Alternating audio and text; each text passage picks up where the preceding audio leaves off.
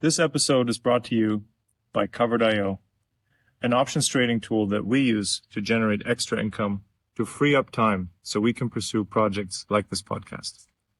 This is the Covered Call, the podcast where we explore the journey towards true freedom. In each episode, we bring on guests that have charted their own course towards more freedom, more contentment, and more impact in their lives. In this episode, we're joined by Jayant Bhandari, a sharp observer of human psychology and cultural differences. Jayant shares his unique perspective shaped by his experiences growing up in India and living in various countries around the world. We dive into the driving forces behind human behavior and the contrast between Western and Eastern societies that he's observed. Jayant highlights the significance of understanding IQ in societal development and discusses the benefits of culturally homogeneous societies. We also explore his thoughts on drug legalization and its broader impact on society. Despite his libertarian views, Jayant talks about the necessity of social fences and borders to maintain a free society, sharing insights from his time living in Singapore. Truth-seeking is another key theme in this episode, as Jayant emphasizes the need to reorient our thinking to align with truth. He also shares the vision behind his Capitalism and Morality Conference, inspired by Ayn Rand's ideas, and the importance of preserving and promoting Western values. Finally, we touch on the potential of East Asia and the mutually beneficial relationship it can foster with the West. This episode is packed with thought-provoking insights that challenge conventional thinking. Let's dive in. Thank you, Jayant, for taking the time to be with us. I can give the listeners a few different intros to whom Jayant is, as I have known him for quite a few years now. However, besides sharing that he has been one of the key inspirations on my own pursuit of freedom and financial independence, I'd like to leave the stage to him. Jayant, if you were to be at a party of a close friend and you had to introduce yourself to people that do not yet know you, how would you go about it? Thanks, Jason, and thanks, Lovis. I'm honored to be on your show today. How should I introduce myself? I'm very keen on philosophy, Jason, and that has been a driving force in my life. I want to understand my own psychology. I want to understand human psychology. I want to understand cultures, and I have traveled around the world trying to understand what makes human beings operate the way they do. What is the driving force behind in their minds, and so that's what drives me. I have traveled around the world. I have lived in 6 or 7 countries. I have traveled to close to 90 or 100 countries, and to most of the countries several times over the last 3 or 4 decades. If you want to understand what my professional life is, I started Indian subsidiary operations of 2 European companies. And for the last 2 decades, I have been an advisor to institutional investors on mostly junior mining companies, but I also help them advise on companies in the Hong Kong Stock Exchange and Singapore Stock Exchange. So that's where I am, Jason. And as you know, for the last couple of weeks, you and I have been discussing about options strategy. So I'm always trying to learn new ways to do better in my life. And you have helped me focus, look at coal companies. You have helped me understand the options market. Thank you so much for your intro. So I would like to start at the beginning, actually, if you don't mind. So if you could give us a bit of a recap of your history. So where was your origin? Where did you grow up? And kind of, you said you lived in 6 or 7 countries. Can you just kind of give us a brief overview of like where have you lived? Yeah, sure. Lovis, I grew up in India, and right from the very early part of my life, I realized that there was something strange happening around me. It was a very irrational society, a very amoral society, you might call it immoral society, that I was growing up in. I used to look at the sky and used to think that those were the same stars that connected me with America. Now, we didn't really know much about America. We didn't really know much about the Western society.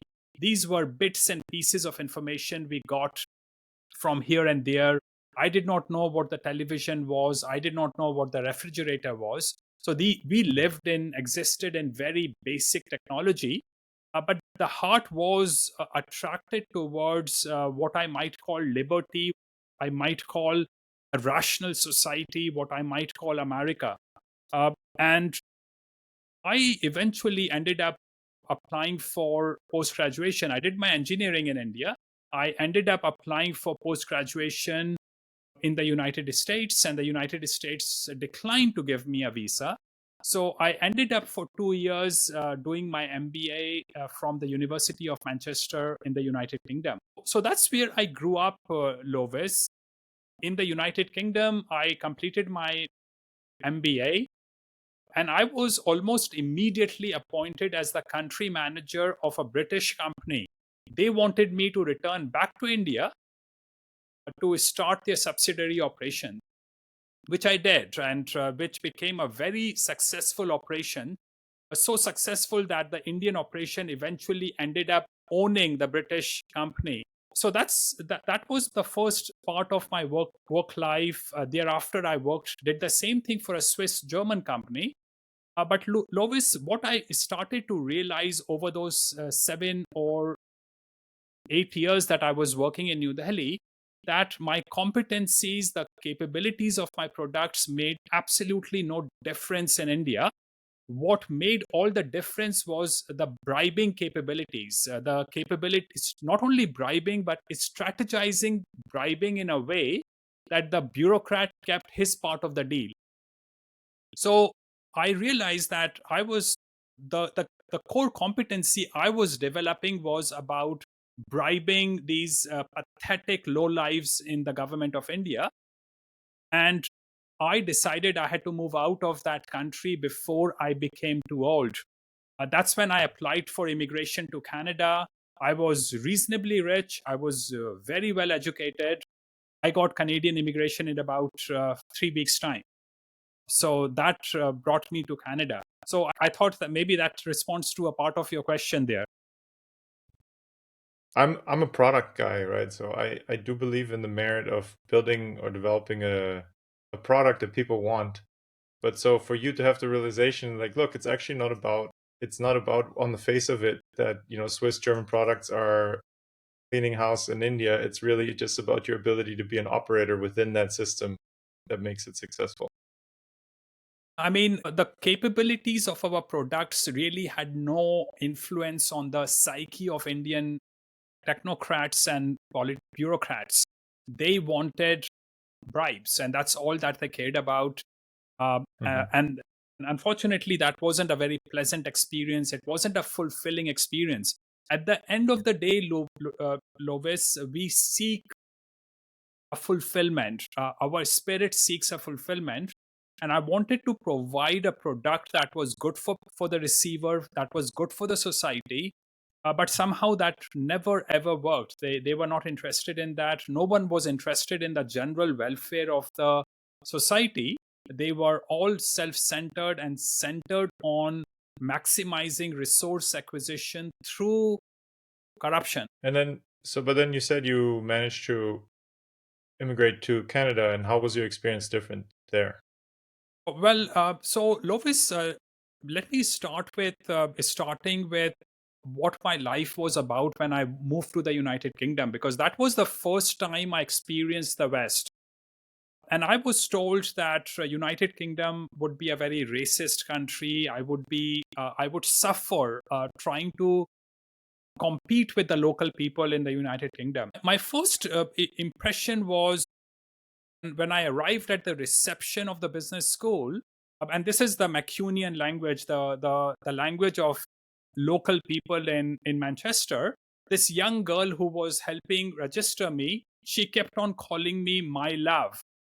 And that was actually quite confusing to me. And really, I realized that this was a society over a period of time, I realized was a very compassionate, loving society. And next morning, Lovis, I was very early in the morning walking on the road, on the sidewalk, and looking at a map. And I was turning the map upside down, sideways, because I had never really looked at the map. Now, remember, everything was a state secret those days in India. So I did not know how maps worked. So a guy crossed over the street to ask me if he could help me. And I was so confused, Lovis, because I thought he wanted some money from me. Because no one does anything for you in India unless he was benefiting in some other way. So that was very confusing. But then over a period of time, I realized that people wanted to do their job. They wanted to do their job properly. They wanted to operate in a society where they wanted to help each other out.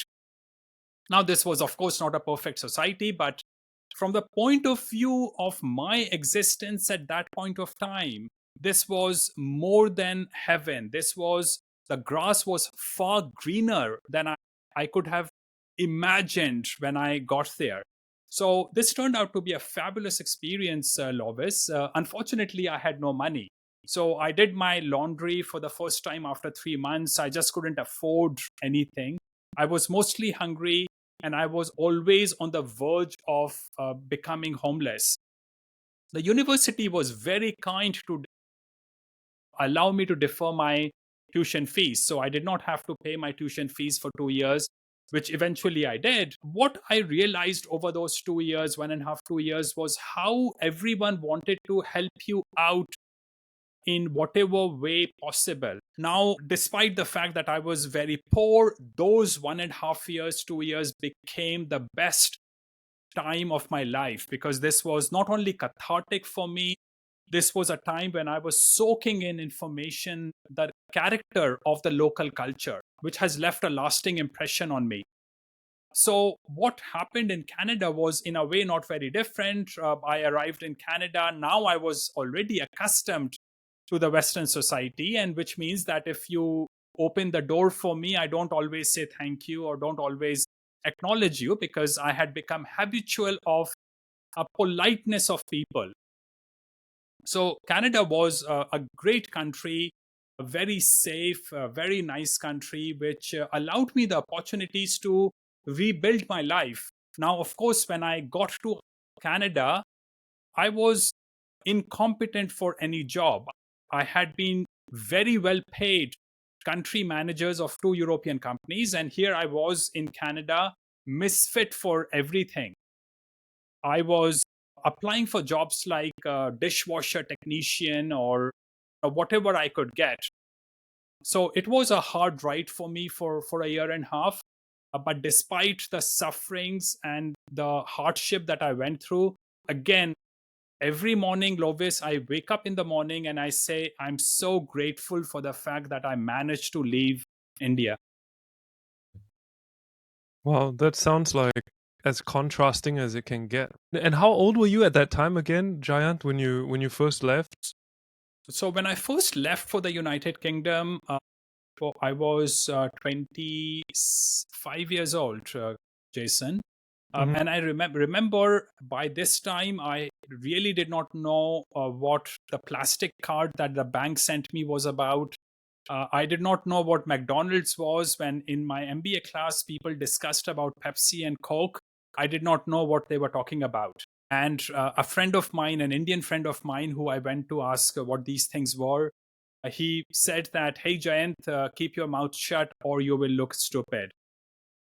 It was, so that was where I came from. And the reason my friend said, keep your mouth shut was because in India, if you had something similar, of which other people knew what those things were, people would have teased you, made fun of you.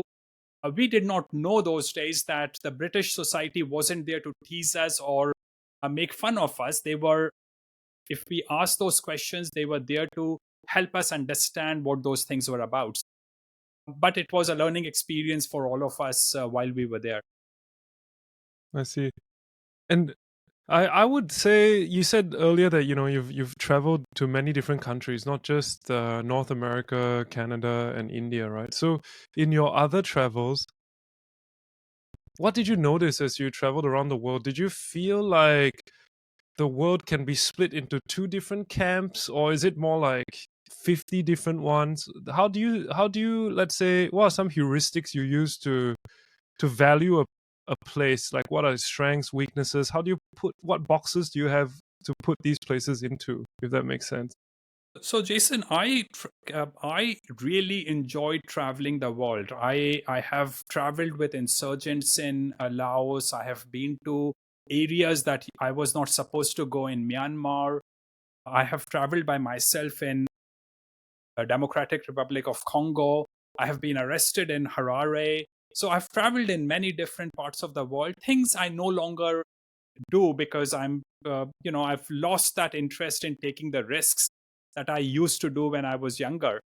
But I have done all these things because I really, really wanted to understand what makes human beings behave the way they do. And why is it that certain societies are rich and certain societies aren't? And why certain societies are so stressed and wretched? And the background was, of course, always India. I was always trying to compare everything with India because that was my base case scenario. That was the yardstick I was using to understand the world. Nothing wrong with that. I still do use India as the yardstick because I really understand India. I've traveled all over the country. I've met people all the way to the very, very top in that country. And I have met senior corporate people in India. So I've known a lot about India. So that becomes a yardstick for me. And these were all dots in my mind. Congo was a dot, Harare was a dot, India was a dot.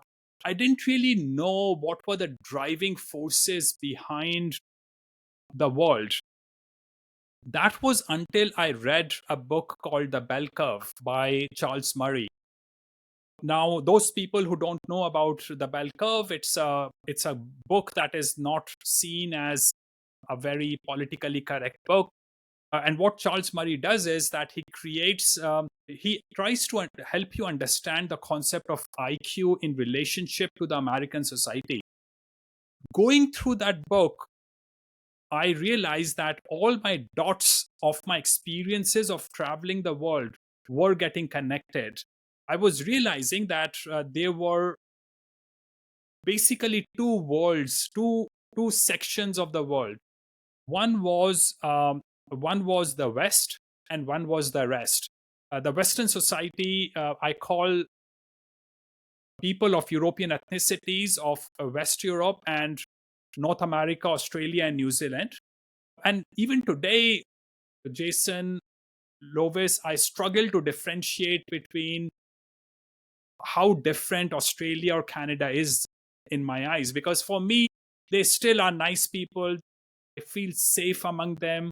I feel encouraged to do better in my life around those people. So when people say, am I a Canadian nationalist? I'm not. I'm a Western nationalist. That's how I see myself. But I also realized thereafter, after traveling in East Asia, which is Japan, Taiwan, Korea, I lived in Singapore for a couple of years and actually lived more over the last a decade. I've lived in Singapore for 2-3 years combined. I realized in Singapore that Singapore, Japan, Korea was that these people in many ways were very similar to Western people. They behaved nicely, they were polite, they were trying to work in harmony with each other. They wanted to help each other grow. When I was once for a week in Hong Kong, this was just before Hong Kong went back to China, I read The Wild Swans, a very thick book on the Chinese, on a Chinese family. And I was really trying to understand the Eastern society. But at the end, Jason, I came to a realization that the world is in two parts, the West and the rest. And East Asia, in many ways, is the West for me. I see. That's really interesting for me, right? Because I'm a product of, let's say, the two sides of this West, My mom is Chinese ethnicity, and my dad is Caucasian Australian, right? And I have to say, Jason, that while you thanked me for helping you understand a few things, you have helped me understand the East Asian society. You also were a keynote speaker at a philosophy seminar I ran in Vancouver, and you were a keynote speaker last year. Because I really want to, not only me, but I really want my audience to understand that there are actually a lot of similarities between the East Asian countries and the Western society, despite the fact that their religions are very different. Yeah, it's very interesting, right? How there are so many parallels, yet maybe, like you say, the religions or the foundational philosophies are somewhat different, but they end up converging on certain, let's say, universal truths that they believe in that run very parallel to each other. Yeah, and I, going back to the book, Jason, I was talking about, the IQ of people makes a huge difference. And the IQ of people in East Asia is comparable or higher than that of people of European ethnicity.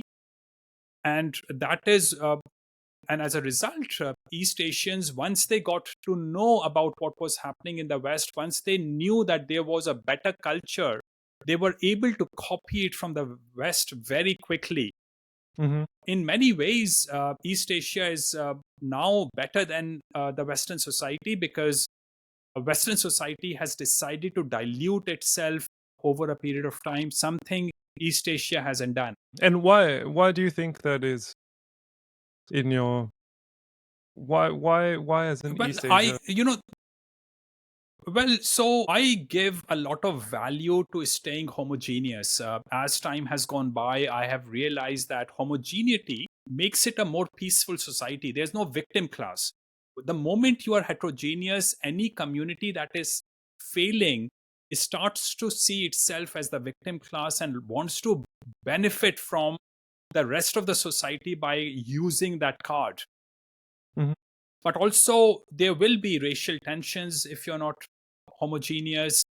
There will be all kinds of scapegoating going on. Now, even if a crime is not committed by the minority, the majority people, the ultra nationalists of the majority, will like to point fingers at the minority. So, unfortunately, heterogeneous society, for right or for wrong reasons, create divisions in the society, troubles in the society. There is no heterogeneous society in the world that has worked out well. None. The only societies that have peaceful and stable are homogeneous societies. And that is where I really think East Asia has done a fabulous job. You can live in Japan for decades, but you might still not get their citizenship. So that's one great thing about East Asia. Why the Western society gave in to multiculturalism, I'm not really sure. I don't fully understand it, Jason. I think a lot about it. My guess is that America was the original heterogeneous Western society, because there were about 10% blacks in the US. And America, a time was coming post Enlightenment that you had to consider everyone to be the same.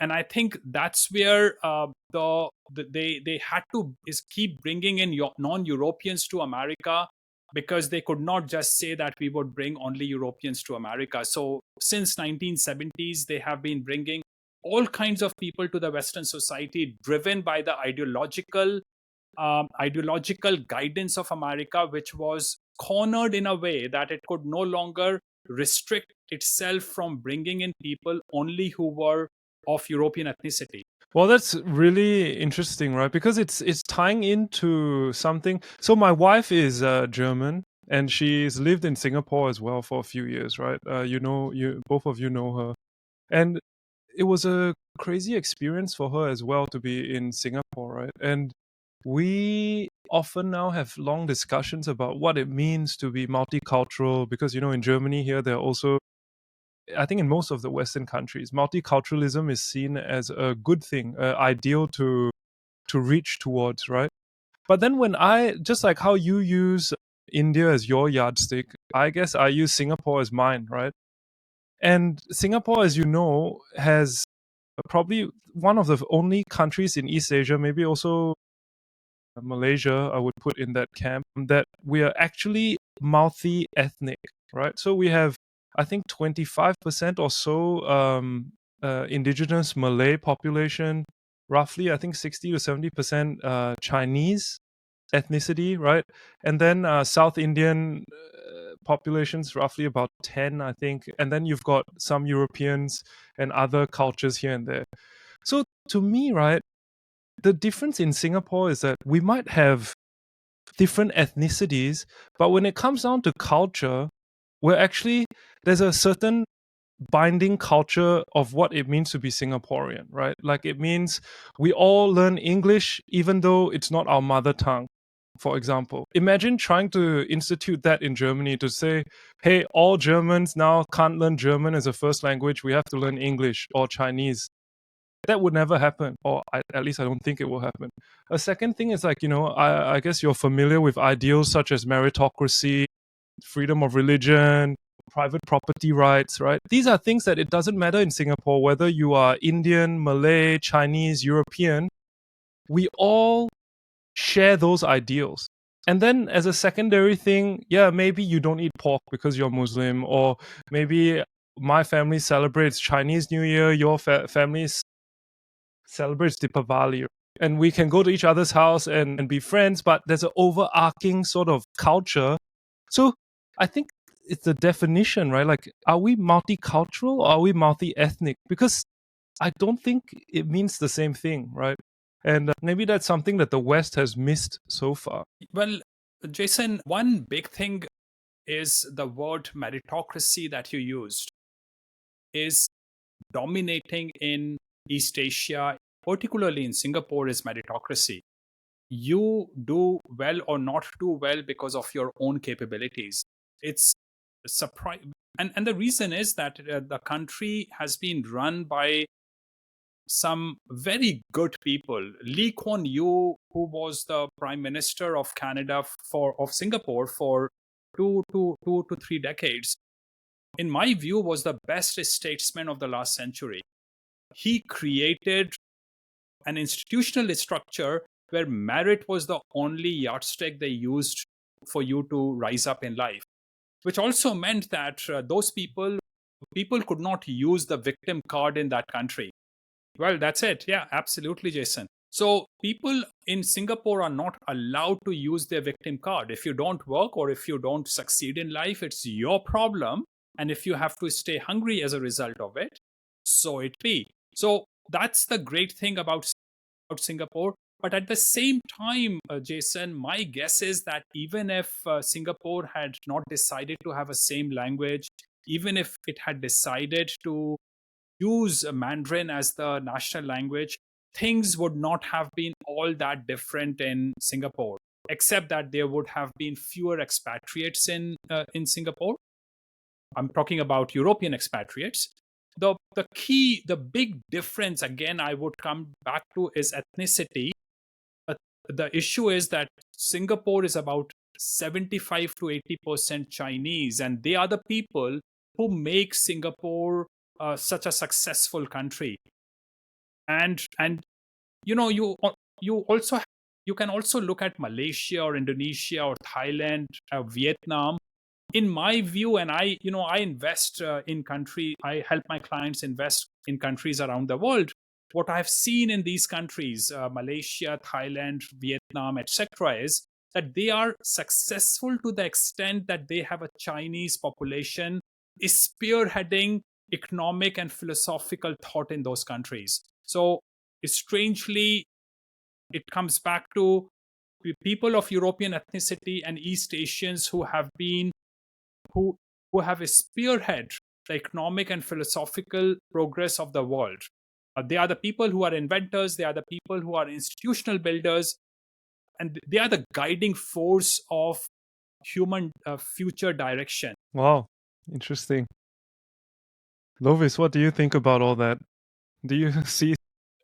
So my experience mostly relates to kind of the contrast, living in very homogeneous, although it is becoming noticeably, like it's changing noticeably. And I don't know, there's two big currents, right? On one hand, you'll find lots of Germans who say, I'm not interested in being a German at all. I want to be a European or like a EU. And then on the other hand, of course, you do more and more noticeable of people who look different, who behave different, who have different religious, ethnic background.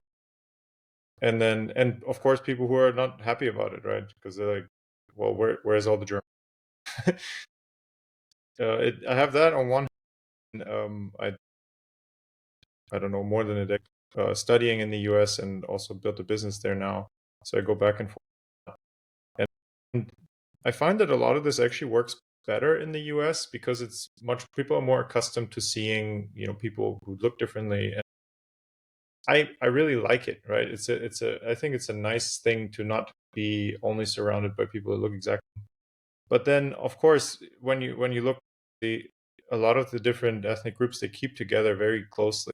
So, of course, I go to a Chinese massage parlor and get a Japanese food, right? So you can go to the most excellent restaurants and eat, but that doesn't part of their group, right? Of course, you're welcome as a customer any day, but they will speak Chinese with. Of course, I mean, hardly any American understand. I don't really know. I mean, I completely Jayant, like, and I'm actually fascinated that you kind of made this a study to figure out what makes people tick and why do some systems work and why some don't. And I wonder if you could shed some light on, like, if you had to summarize it. I know this is difficult because it's such a massive topic. But what are some of the key markers that you think make some society almost fall apart and others happy? And Well, again, I think the IQ of people really makes a big difference. IQs of groups make a big difference. Japanese are actually supposed to be among the best assimilated people in the US society today. It takes time for people to assimilate, which means it could take a century for people to eventually assimilate. But there are known to be people who completely fail to assimilate in the larger society. And that is where the troubles come in. And also the fact that America and the rest of the Western society has brought in immigrants from the third world at an accelerated pace, which means that they are bringing in more and more people before the people who arrived earlier could be assimilated, means that there are more and more disturbances in the US society. So I think there was a reason why immigration to the US and Canada and Australia was Eurocentric until the 1970s, and I think people should reassess that because there was a lot of validity in that kind of immigration, but also, so that's, and I completely agree that I prefer colors of urban society where there are people from all over the world, where I can walk into a place which has different culture to offer to me. But at the same time, as a leader in a society, I would always want to make sure that it does not lead to social disturbances, which is something that I think Singapore has done a fabulous job of. Now, as far as I can remember, Jason, and I have read all the books of Lee Kuan Yew, Lee Kuan Yew does suggest that, he at least implies that he wished Singapore were a homogeneous society. But now that it wasn't, he tried to make the best out of whatever he was offered. I'd imagine so. I've unfortunately never visited Singapore, but Jason and I talk a lot. But I imagine that there are guiding principles or ideas help as a filter for only certain people of a certain mindset to join. And I think that makes it probably a lot easier than to find this common ground that Jason was. And I think for a long time in the US, it must have been similar, right? Like I've really enjoyed watching this old timey, 1888, whatever, the Oregon Trail show. I don't know if you know what I'm talking about, but there was this show where the people come from Europe, they land somewhere in the Northeast, and they travel all the way to Oregon by horse cart, right? And this is such a unbelievable feat, and most of them die along the way. And the ones that survive and then end up claiming their piece of land and build the people that make it through this arduous journey are different, right? The journey itself, the fact that they even signed up for it means they're different than most others. And then the ones that actually manage to survive it, the journey itself has changed them by the time they arrive. I mean, sort of having what are some of the principles, I guess, you can postulate and try to use as a filter to get people together who work. In Well, Singapore, I think they have this back in the day, right? It's like, I don't know, 10, 15 years ago. They basically said, okay, anybody who wants to come in, it doesn't matter. Like whether you're from Sri Lanka, whether you're from Africa, Ghana, Ivory Coast, the US, whatever, right? They don't differentiate where you come from when it comes to migrating, let's say. But for you're only allowed to come in to work. You're not allowed to come into. It's two different paths. In Europe, it's like if you stayed here long enough, you can then get a chance to become a resident, right? But in Singapore, it's not. You come in as a worker, and to get this license to work or this employment pass, they basically just say, yeah, if you earn more than a certain amount of money, you can come in, right? Because and maybe that's like what you say, it's a sort of filter, survivorship bias. Whoever wants to come in, go across to the other side of the world to work and is able to make, top 10% or 5 percentile in terms of income, yeah, you can come in and work and join the economic productivity of the country. But that's a totally different thing from becoming a resident. And don't even talk about being a citizen, right? Like if you want to be a citizen, you have to serve in the army. They even allow you to, right? Then you have to serve in the army, and there's a lot of obligations towards being a citizen, And there's definitely nothing here in Singapore that they're giving for free, right? Like welfare or whatever. They give you good infrastructure, good safety, a good platform, but you're not coming here for a free ride. Yeah, 100%. I mean, I'd agree with all these things. So I think it sounds like Singapore's definitely on the right, has been on the right path for a while, and it looks like they're going to well, keep. Lovis, remember this is an English colony. Singapore was an English colony. What they did was that they retained the British institutions. Lee Kuan Yew, in his book, which is in the background of Jason, says that there were pressures on him to change the names of roads, for example, and he declined to do that. He declined to move the statues of English rulers from Singapore because that was a part of heritage, and a heritage, from what I understand, he respected. So he not only preserved the British institutions as time went by, he improved on those institutions. So Singapore is a very Western country in many ways because its institutions are Western institutions. And in many ways, if you think through what happened in China, you realize that a lot of Chinese cities might look like versions of Singapore to you. And again, the reason probably is that Lee Kuan Yew was a force behind helping China develop its institutions. So in many ways, Chinese institutions are Western institutions. Now, that's not what the media in the West makes you think these days, because it's very anti-Chinese.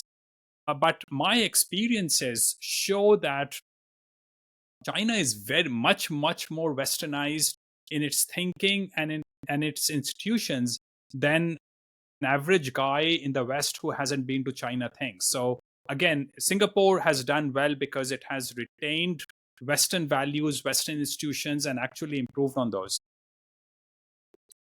So, Jayant, just right before we came on, Jason was talking about an interesting subject it's loosely connected to this, but just shifting gears generally, and I'm trying to get a conversation back more to you, as much as I've enjoyed this discourse.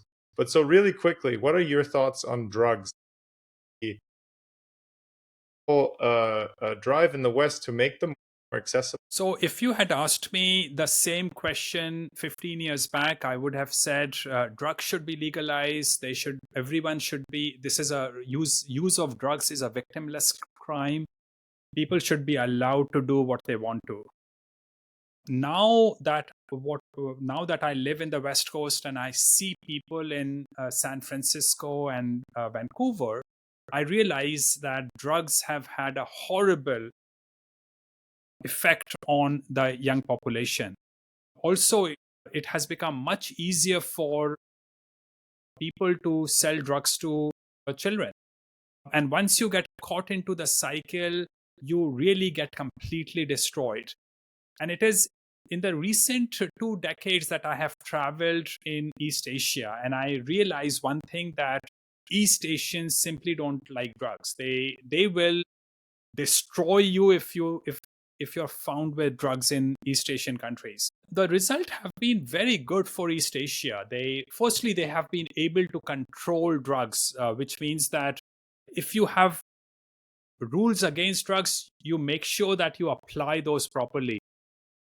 The end result is that you will not be afraid of your young kids going out at late in the night, because you know for sure that they are not going to have access to drugs. So overall, my impression is that drugs should not be allowed because they destroy lives. And once you get destroyed, you become a liability on society. So yes, it's a victimless crime when you start taking drugs, but the society becomes the victim eventually, because a druggie becomes dependent on the society, as you see in downtown of San Francisco, or as you see in public transportation of Vancouver. Yeah, so in Germany, we just passed legislation that makes, you got to jump through certain hoops, but then essentially you can get access to marijuana quality. And I'm not really mad at it. I don't participate, really have. Even as a teenager, tried it once, and it was like, but I tend to think in terms of, anybody who wants to, let them, because it makes competition a little less severe. People a lot of people kind of filter themselves out, and then I'm like, yeah, it leaves more room. I tend to try to, be high performance, and I don't think of it as performance enhancing. I would say. Yeah, I don't understand how good or bad marijuana itself is, but what I have seen in the West Coast is that people are taking harder drugs. They are going into all kinds of strange things. Marijuana by itself might not be as bad, a very bad drug, but I'm talking about the universality of drugs. Now, as with you, I haven't really consumed drugs in my life, so I don't really understand the basics enough. But I'm just talking in terms of the result I have seen on the streets in San Francisco and Vancouver and elsewhere in Los Angeles, elsewhere in the West Coast. Yeah, I mean, I do spend a lot of time in the statistics of like deaths from fentanyl right now are just staggering. Like and from what I understand, is it can be so toxic that even if you're not even a druggie, up coming across it accidentally, and it might kill you. Basically,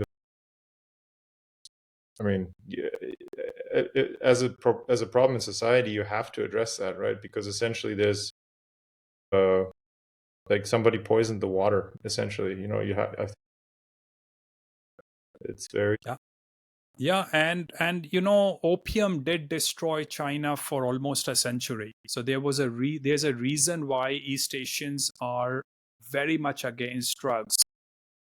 And I fully understand that from your personal perspective, you might think that it lightens up the competition around you. But at the same time, you then have to pay higher taxes. People are destroyed. You have to worry about your children.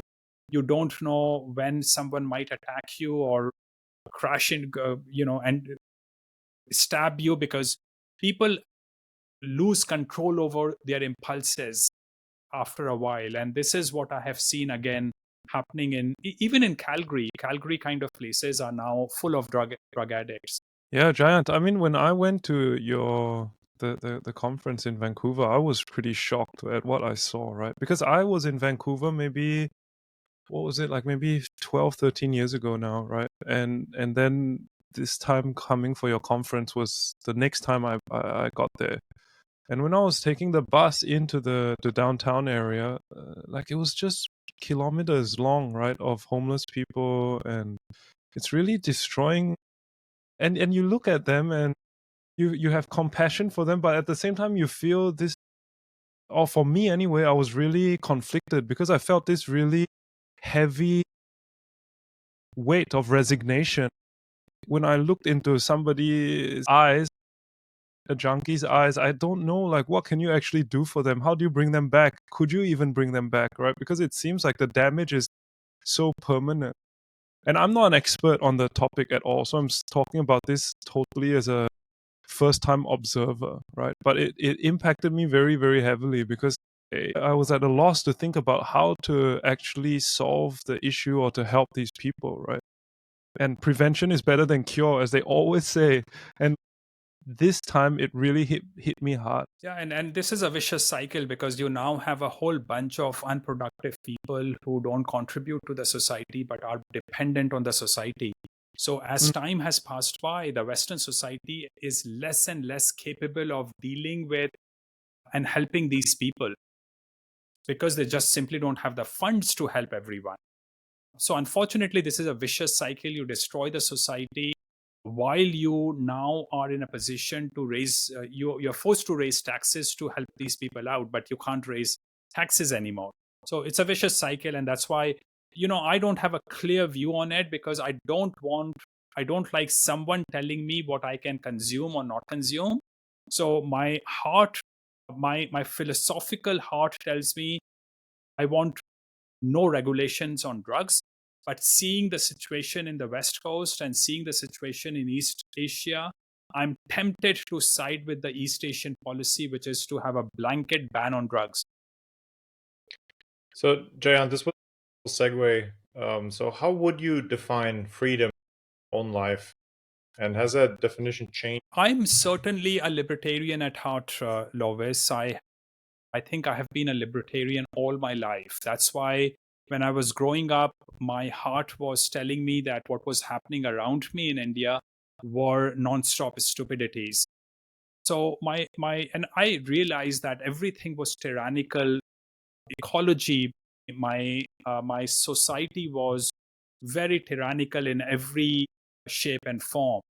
Everyone was trying to control me. So my heart has always been a libertarian heart in which I don't like telling people how they should live their lives, and I don't like being told how I should live my life. And that has continued to be the way I think. However, when it comes to practice, I have certainly changed my views in a way, which is that, as we just discussed about drugs, and the same applies probably to prostitution, I think some social fences are probably required to ensure that the society stays free. I also was against drafting in the armed forces. But then when I lived in Singapore early last decade, I started to realize that there was a reason why you need to prepare your people to protect your society in case there's a war. So there are things which you may have to, when the rubber hits the ground, when my libertarianism hits the real life, I compromise on the, I not compromise, but that is what becomes the reality of how you must operate. And similarly, my heart tells me that we should have an open world. We should not have borders. People should be allowed to move around the world wherever they want to. And I still complain when I need to take a visa. And I hate to enforce visa requirements on other people. I felt humiliated when I traveled around the world on my Indian passport. I was always asked to step out and asked questions that I didn't want to respond to. So, I want a borderless world. But then again, the practicalities of the world are such that I have come to accept that there will be borders, and you should. So I now really go a bit further, where I I say that countries should actually ensure that they bring in only those people who would assimilate in their societies. So, those are the factors where I have changed some of my views. But a big part of that was my life in Singapore for a couple of years that I lived there, because I realized that they tax you the least. The government focuses on doing its job. If you don't work and go hungry, they let you go hungry. If you are disabled for some reason, then they actually help you out, but they don't go out of their way to make sure that you live in a comfortable house and get welfare money when you don't want to work.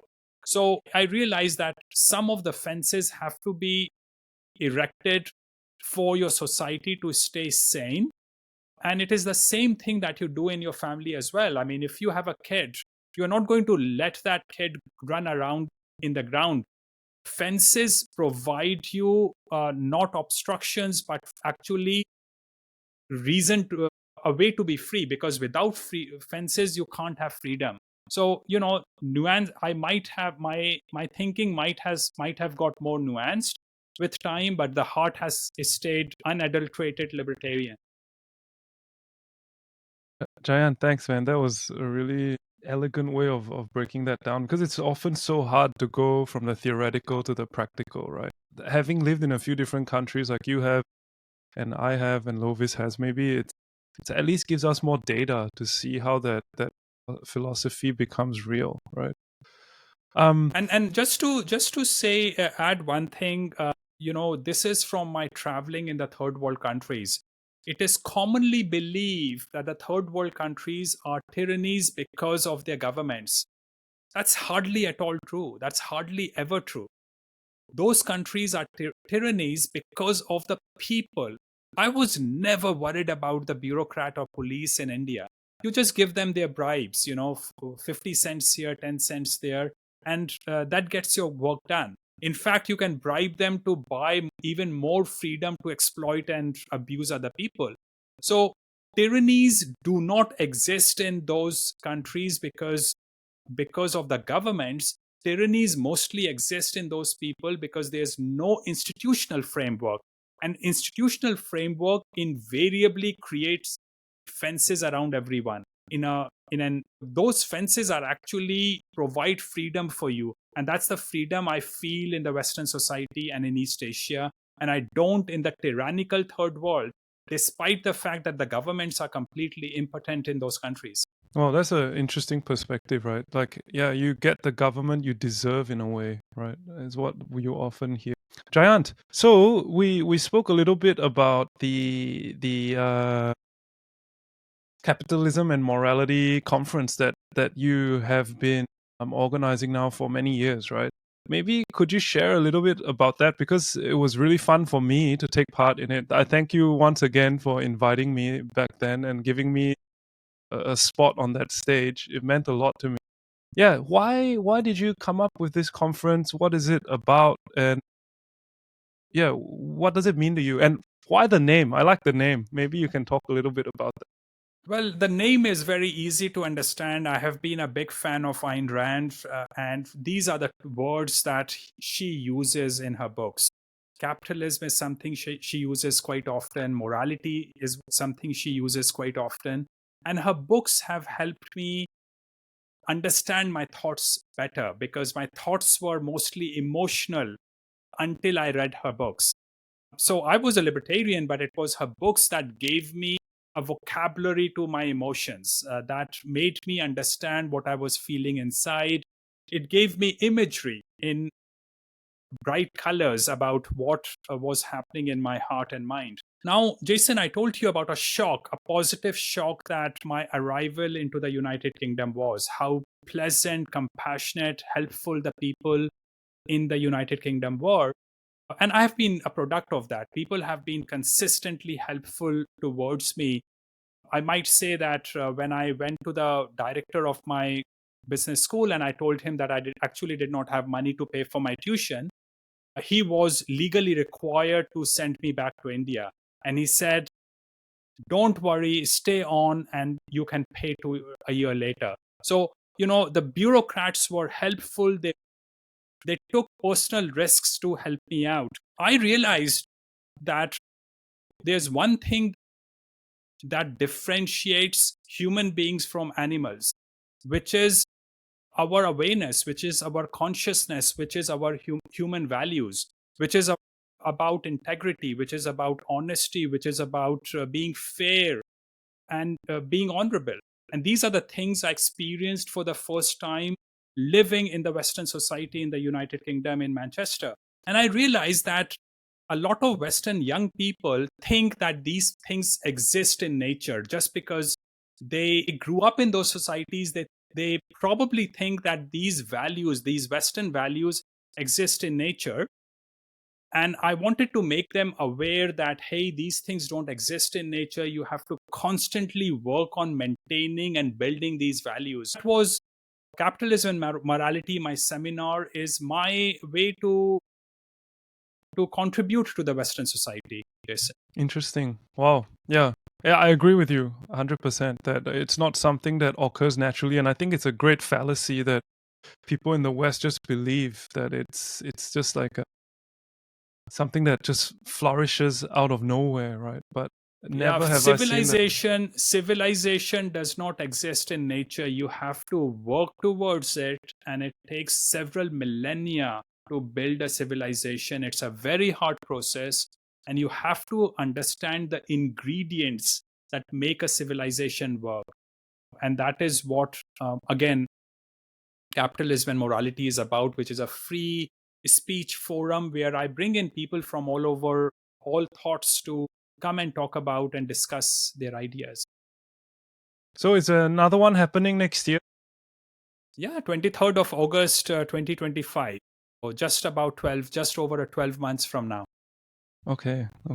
Yeah, looking forward. I'll have to put in my calendar. I've been talking to Anya about how I can find my way over there. Yeah, and Jason, at my seminar, I really want to start having more and more speeches on East Asia, because there's a huge disconnect between the Western society in East Asia in terms of how Western people perceive East Asians to be like.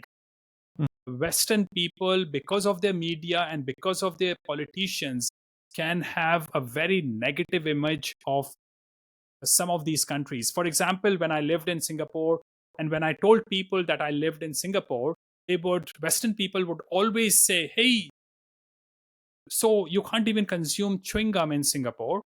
And so that's the kind of image they sometimes have of Singapore. Now, of course, let me add, you can consume Singapore chewing gum in Singapore. It's no problems. And you can drink on the streets, which you can't do in the United States. So Singapore is actually a very free country, and I actually feel extremely free in East Asia. Yeah, I would agree. Whenever I land in China, it doesn't matter how far I go into the west or the south or the north, right? It gives me a similar feeling to same when I'm in Taiwan or Japan, right? Like it gives me the same feeling similar to when I'm in Singapore, that when I'm walking around, I don't feel the need to be so aware of my surroundings, to be careful, to take care, right? I feel more at ease. And that was a surprising thing for me that I noticed when I left and first came to other countries outside of the East, right? And I see more and more of that in China as well now. When I Yeah. first started going to China, there were bars on the windows of houses in China. But now I see more and more that people just leave their wallets and purses and bags in coffee shops and go to the bathroom. So they are less afraid of their possessions now. Yeah. And from in your life, like, I mean, you've clearly been a talented operator, even though you said it was less about the merit of the products, it was more of your ability to function and figure out the bureaucrats. But you've come a long way from that to what your data looks like now, where you're hosting, I guess, philosophical conferences, and you're in a position to give back to society, which is. But I guess, can you elaborate a little bit more? So, what does your day to day look like now? Do you have something you would call a 9 to 5 job, or are you kind of what's your I have Lovis never worked in a 9 to 5 job. I have always worked independently, which always meant that I worked a lot longer hours than my job required me to. But I was at the freedom to work the way I wanted to.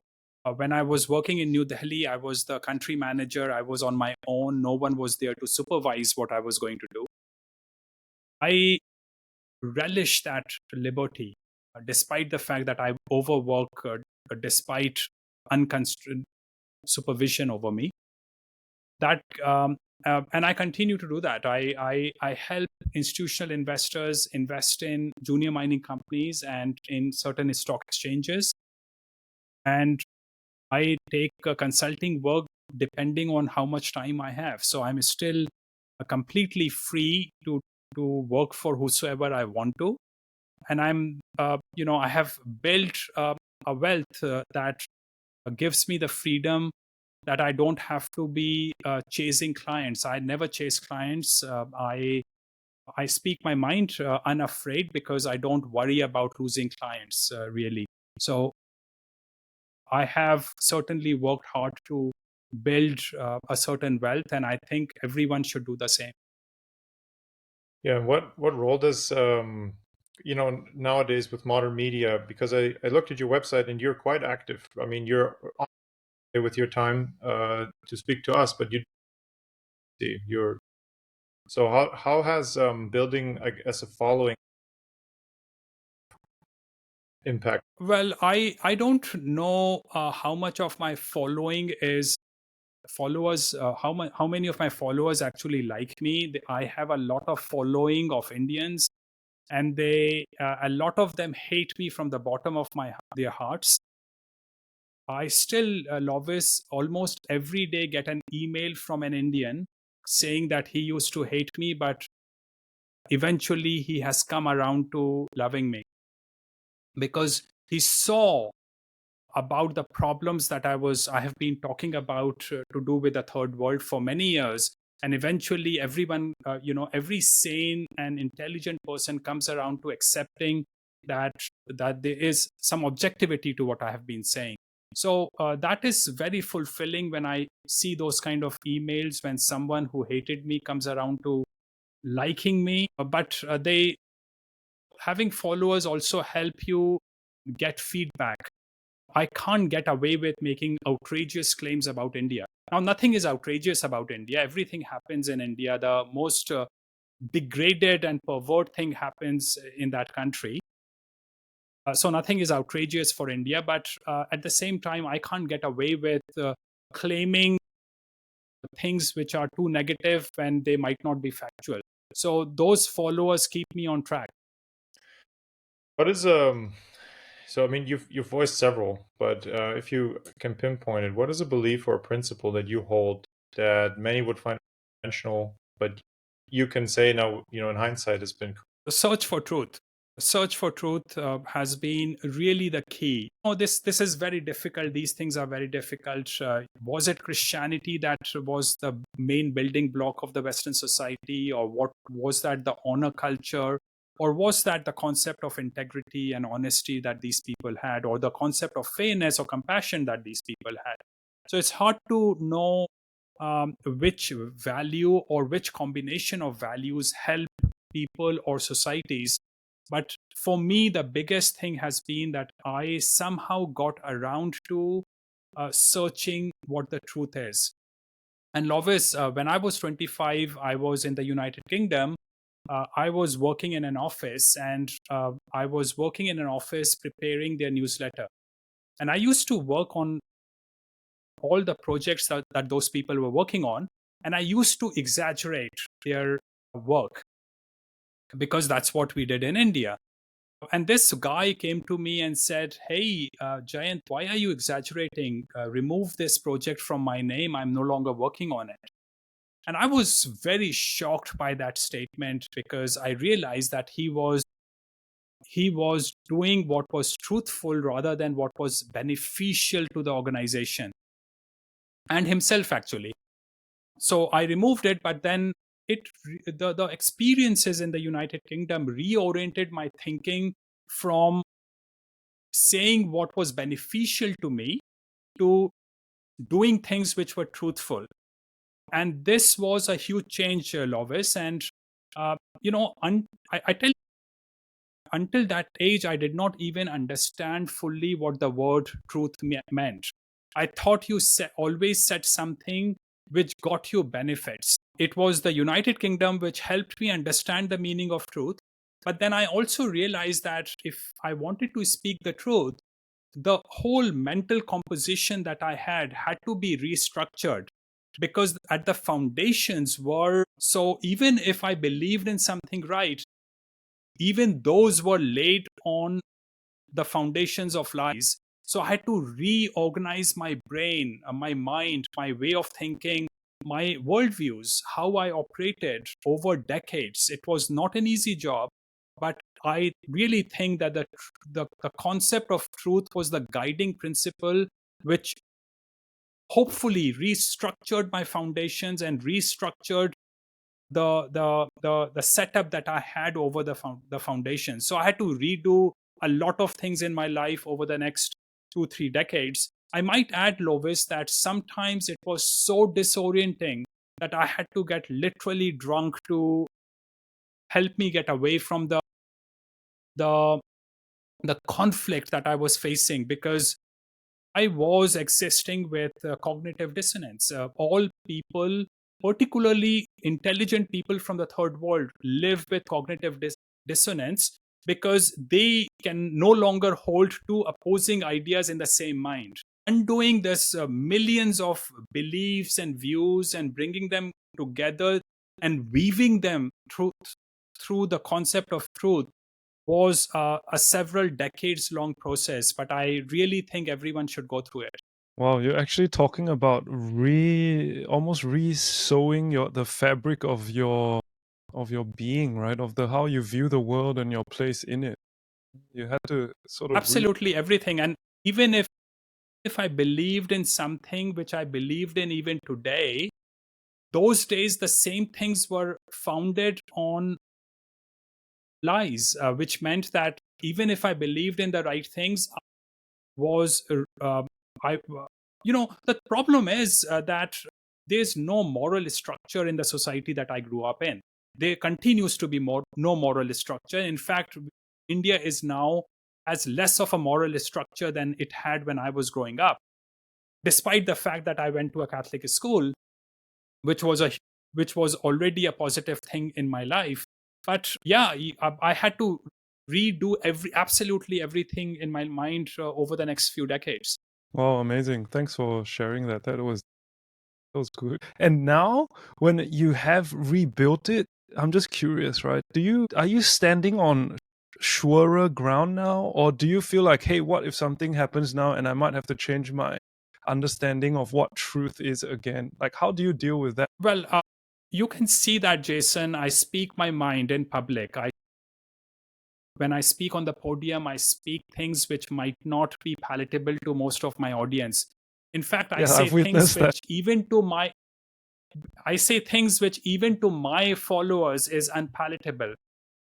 But I just want to speak what I see as the truth, and I might not be always correct. In fact, I'm very happy to change my views, but I'm driven by truth. I am certainly very confident about what I have because I am always prepared to change my views. It has made me a better person. It has made me a reasonably successful person. Um, and hopefully, because I understand Western values and because I understand East Asia and because I understand what the third world is like, I think I'm better equipped than most people in dealing with life today. Perfect. Yeah. And then I think it's a good chance for me to segue, right? When we talked earlier about wealth and that wealth giving you that freedom to be pursuing truth and to speak your mind and to work hard when you want to on something you feel that is meaningful, or if you don't feel like it, you don't have anyone you need to report to, right? I think that's something that most people would, maybe they don't understand, but they at least aspire toward. My question to you is probably similar to that question I posed to you, I don't know, back in 2017 or 18, right? This wealth that you have, do you think it's something that you pursued, or is it more a symptom or side effect of your other pursuits? For example, your pursuits of truth and pursuits of understanding how the world works. For someone that's looking to build this wealth, what are some key insights you could maybe share with them to help them on their own journey? Well, Jason, I have never chased money in my life. Money has never, ever been on the driving seat. I remember that I was getting homeless in the United Kingdom. I had completed my education, had no money for food, and I went to an interview with a company which wanted to start its Indian subsidiary. And I went to them and I talked with them for an hour or two, and I helped them understand why they should not be investing in India. So I was actually still wanting to provide the product that was honest. I wanted to do what was right, but they basically came back to me insisting on my joining their company. So that's how I ended up working as their country manager in India, starting their office in India. So money was never the driving force, but I always paid a lot of attention to making sure I made money, and I was ensured that I saved enough money. I was thrifty enough that I still, when I go out to a restaurant, I want to make sure I don't overpay for my food or drinks. I don't want to pay $25, for example, for a cocktail. I will look at the price. I'm not one of those people who refuse to look at the price and order what they want to in the immediate. Money is important, and it's very important to build a base. But those people who chase money get tired. Those people who chase luxuries or whatever, material or animalistic, get very tired eventually. I think what keeps you going in life is philosophy and ideas and about becoming a better human being. Surprisingly, money follows you. That's so good. That's so good. I mean, if creating the money should be a. Absolutely. Yeah, absolutely. Okay. If you're very good at what you do and you also enjoy it, then it won't feel like work to you. And this is why I guess you don't doing it, because you're having a great time while also. Absolutely. So Lovis and I. Oh, sorry, Lovis. You want to go? No, I just want to say, since we're on the topic of wealth and what Jayant does as a side, let's say he's in his pursuit of truth, he found himself as a natural resources investor, looking at very, very volatile, difficult to, let's say, value and weigh, right? In terms of risk and reward. Jayant has been super generous. I've actually tagged along, hanging on to his coattails at a few of these commodity conferences, and I got to sit down next to him and hear him ask tough questions to CEOs, right? To ascertain whether or not it's worthwhile to put this hard-earned capital, into a venture that is highly risky. Do you think doing that is also somewhat part of your pursuit of truth? This finding out about risk and reward, is that somehow related, or is that just a total different kettle of fish?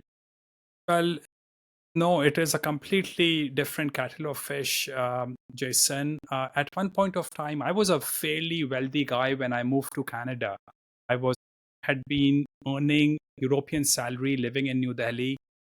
So I was fairly rich when I arrived in Canada, but I ended up setting up a food factory in Vancouver, and I lost all my money, which meant that I ended up having to apply for blue collar jobs at one point of time. But I was still writing for the Mises Institute at those days. Now, again, most people told me not to write for the Mises Institute because it would be politically too incorrect to have my name over such politically incorrect stuff. But again, I was after truth rather than after money. And one day I got an email from a speculator, and he said, I want to have a lunch with you. So again, despite that, I so-called compromised my career for what the truth was, I ended up having lunch with this speculator, a fairly wealthy and well-established speculator, who then over lunch offered me a job. So, and this was, I don't know if you know him, his name is Doug Casey. He's a fairly wealthy philosopher and who continues to be my mentor in many ways. Someone who has taught me a lot. He was very influential in my life.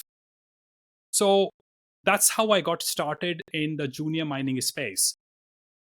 I would not suggest to anyone to go into that industry because there are so many risky factors underpinning that industry that it is virtually impossible to weigh all those factors properly. And in fact, there are so many factors that you don't even know what factors you're missing out in putting a weightage on those factors. So junior mining is an extremely risky business.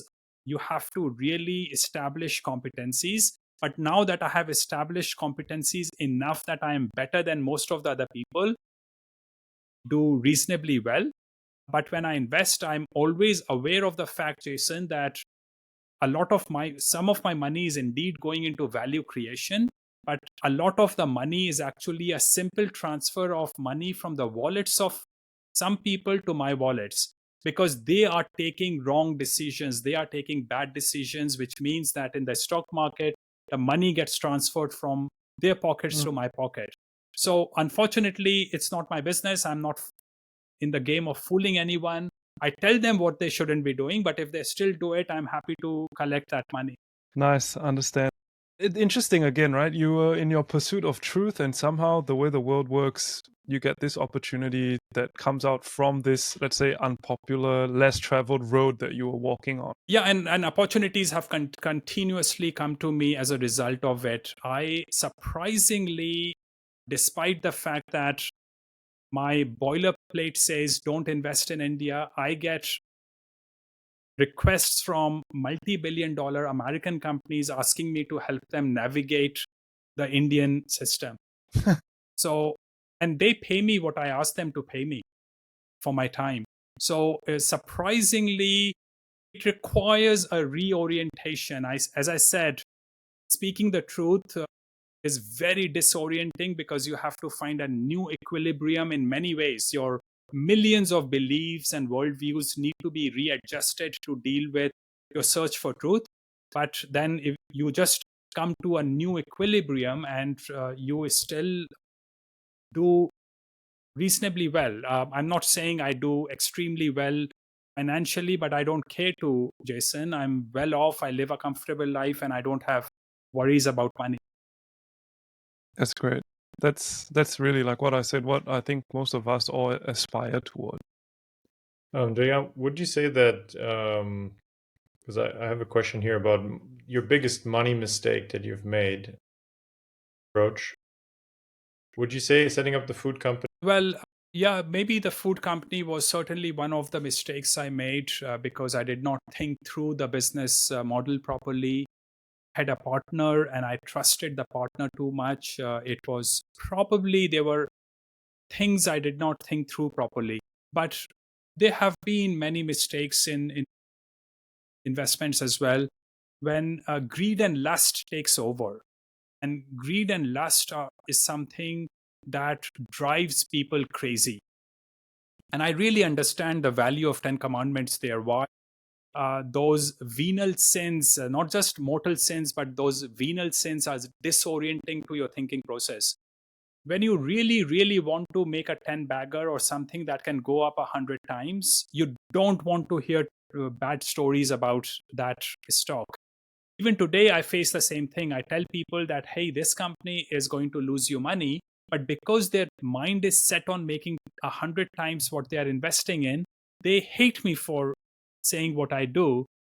2 years later, they will have lost money and they will still hate me because they wish I did not exist, them to remind them that I had told them not to invest in that company. But then, that said, I have made similar mistakes myself. I have lost monies, myself, when my greed and lust was in the driving seat. And that is why it is so important for people rein in on their animalistic instincts, which are probably the biggest destroyer of not just financial freedom, but also lives. But also, surprisingly, if you rein in on your what are called venal sins, you actually very, very significantly improve your life, including your financial life. So, any tips on how to curb those animal spirits? Anything you've learned over the years that you can Well, share animal with the audience? spirits, I don't know if animal spirits mean what base instincts mean, but I think people should wake up early in the morning, driven to do something bigger in life. So that is an emotional energy that should be the driving force. But I think people should just have to watch for their part of their character surfacing.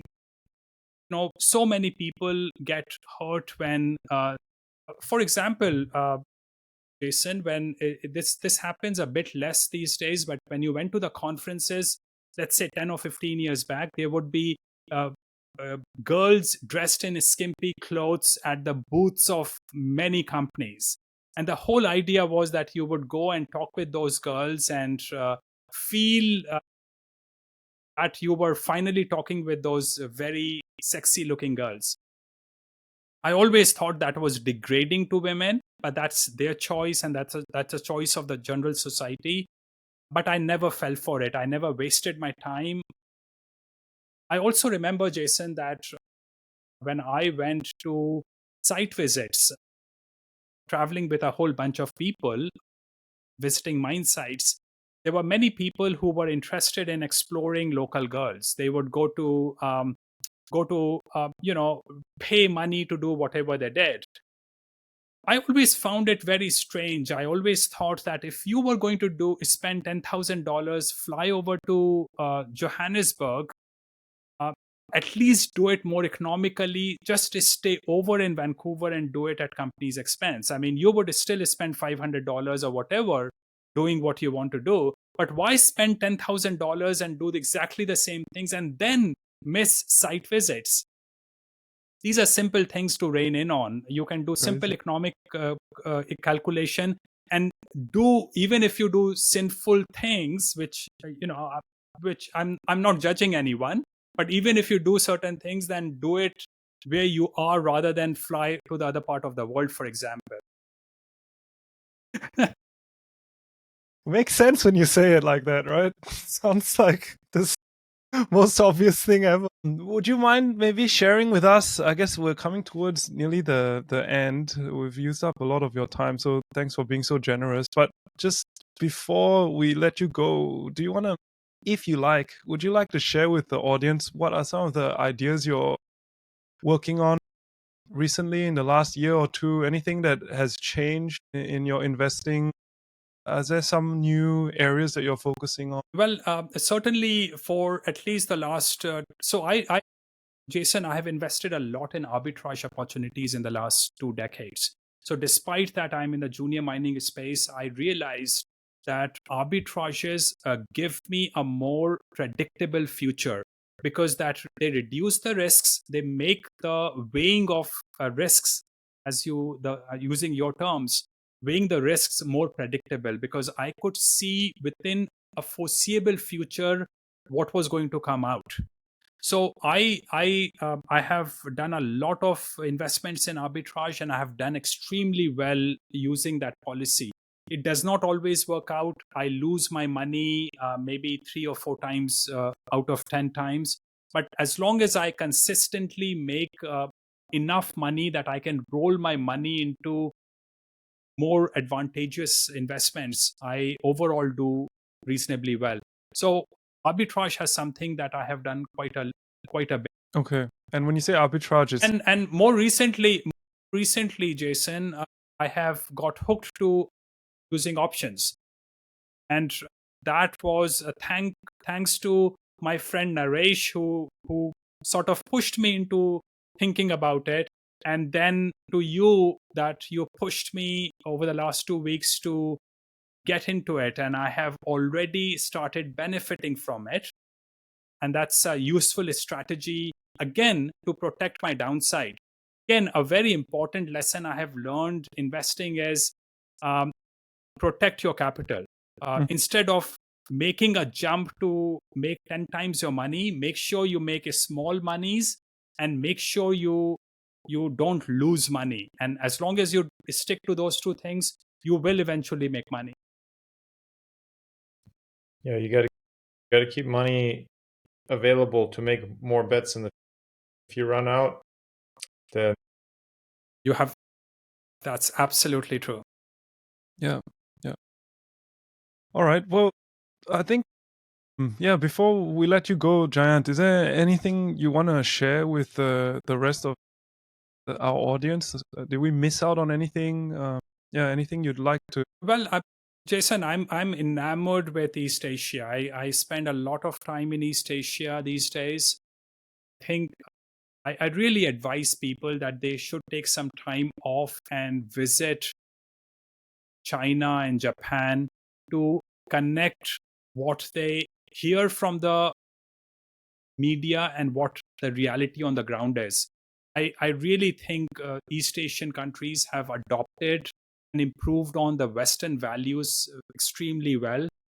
And they are probably and very likely becoming the center of gravity of the Western society in the future. So I think people should pay attention to East Asia rather than look down at China, for example. And, there are issues. You can get bogged down in what's happening with the shoal of Philippines that China is claiming. Maybe China is on the erroneous side there. Don't worry about the small things because every country does a lot of bad things. I mean, US has done more bad things, in my view, in international affairs than most countries I can think of. So don't worry about the small things, but go and visit those countries. You will feel very safe. You will love the service and actually innovativeness of East Asians. Okay, and would you say this would be a theme of the next Capitalism and Morality Conference in August next year? Well, I don't want to keep that as the theme because I don't have enough speakers who can talk about East Asia. There's one thing lacking in East Asia, Jason, which is that while they have the tree and the fruit and the branches and a very shiny trees, there's somehow the philosophical foundations there's something lacking in the philosophical foundations. So as they say, East Asia does extremely well when it comes to 1 to n, but it doesn't do very well when it comes to 0 to 1. Now 0 to 1 means that creating new ideas, completely new products, East Asia doesn't do well. In fact, you can't think of a product that was discovered or invented by East Asians. But once they have the concept, they do a lot better than Europeans do. So I really want to bring in speakers from East Asia to my seminar to have an interaction between Western people and East Asians, and hopefully for East Asians to discover the underpinning roots and become more philosophically oriented, which they probably are not. Okay, got you. That was really good, Jayant. that's fascinating. So, Jay, I gotta talk to you about this because my main business is I'm an engineer who builds prototypes of inventions, right? So I'm literally the guy who does the 0 to 1 invention technology. So I'm now super curious, in need, right? How East Asia could be in need of this, and then there could be tremendously successful to bring about new technology. Yeah, Lovis, I really, in the heart of my hearts, I think that there is a massive symbiotic relationship between East Asia and Europeans. But somehow the Western media and the Washington bureaucrats do not want this symbiosis to happen. Now, a lot of that has happened actually. There are easily 100,000 or more Western people working in China today. There's a lot of work being done by Western people in Singapore and Korea. You go to Singapore, some of the top companies are run by Western people. So there is, of course, a lot of symbiosis, but I think within the general population is this, the media has created this negativity about, let's say, even Japan, that they say, hey, Japan does not have enough fertility. Hey, Europeans don't have enough fertility either. And bringing in people who don't assimilate doesn't help you with your population either. So, I think people should have a balanced understanding. They should go and understand East Asia. And I fully agree, there's a symbiosis where both Western and East Asian societies can benefit. These are the only two civilizations I have known. The rest of the third world is hellholish, and it will stay hellholish. You can do nothing about it. Jayant, thank you so much for your time. It was amazing, really wide-ranging conversation that I've thoroughly enjoyed. And I hope it's not the last time that we speak either. So, Jason, thank you so much for inviting Jayant. Yeah, it was great. It was great. Well, thanks, Lovis and Jacinth, for giving me the opportunity. It was an honor to be on your show.